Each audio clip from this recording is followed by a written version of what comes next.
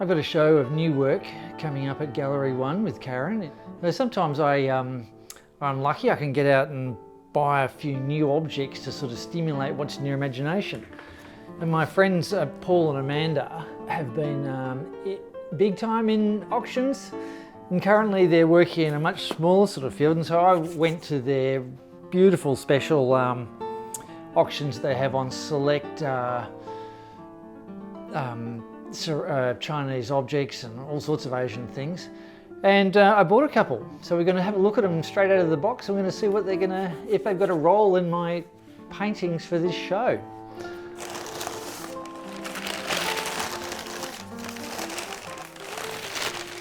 All right, tag and everything.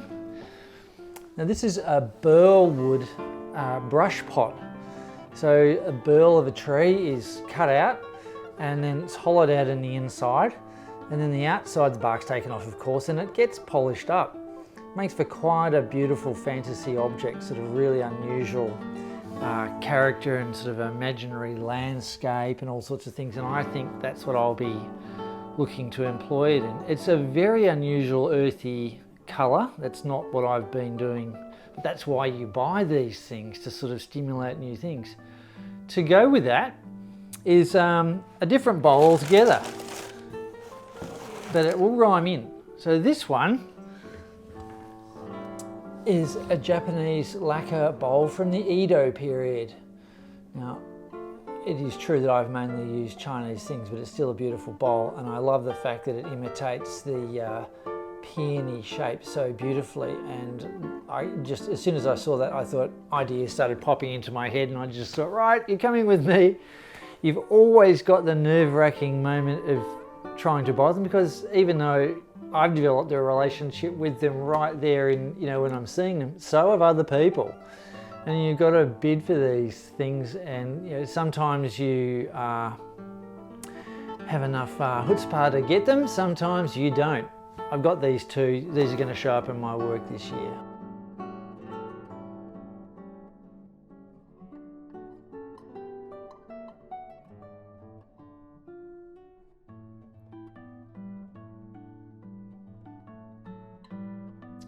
This is the third show I've done from my relationship with the peonies that I first spotted in Rome. I've carried on a bit with in Melbourne.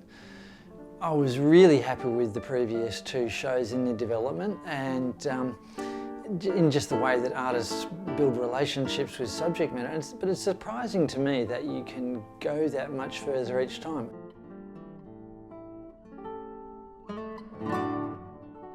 These paintings certainly are doing that. They're testing me out. I'm having to work quite hard to get them to be what I want them to be. The difficulty, you could say, is in the subtle nuances of the leaves that compile into such a beautiful sort of flower.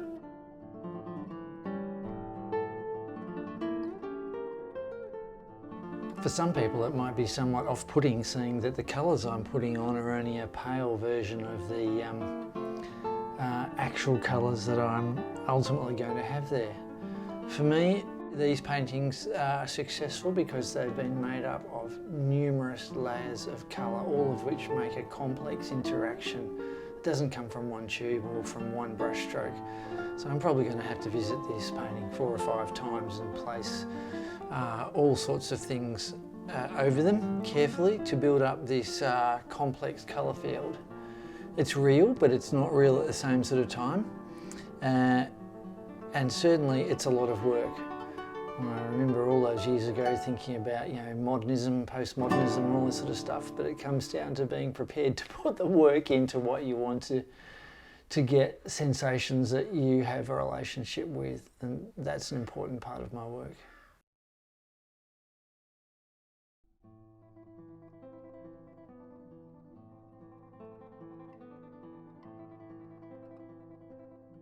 Right, you can see the size of the paintings. They're quite different.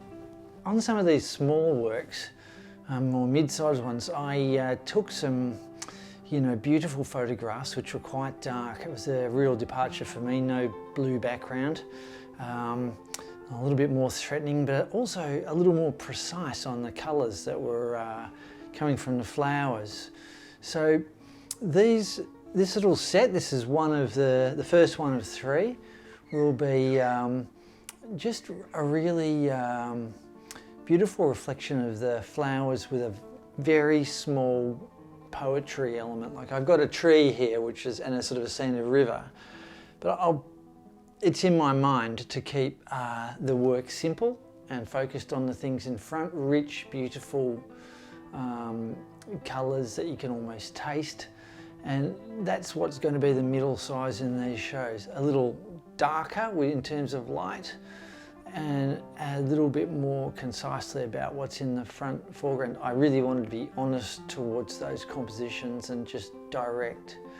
Sometimes when you have larger works, you want to sort of tell an extended story or make the poem longer or the narrative component more extended, or a bit like music in a lot of ways. So these small quartets, I imagine them being, or quintets, are sort of a key part of this show, providing a sort of a real mid-ground where you can get a little closer and a little more intimate with these sort of works.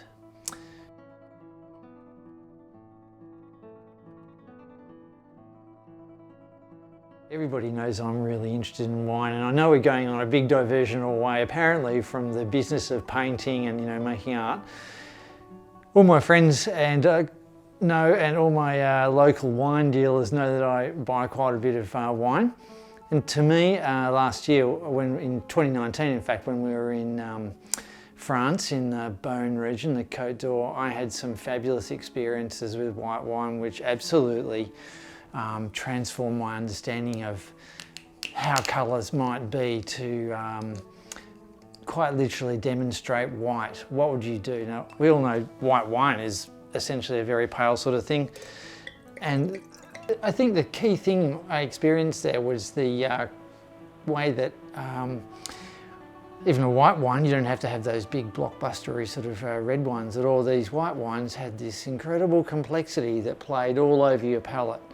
Just the same way I was able to think to myself, right, what will I do with whites? And for me, that was a strange kind of guidance, that wine would be giving me the tip about how to split perfect white, a beautiful white flower, into several different shades and have it play and shimmer.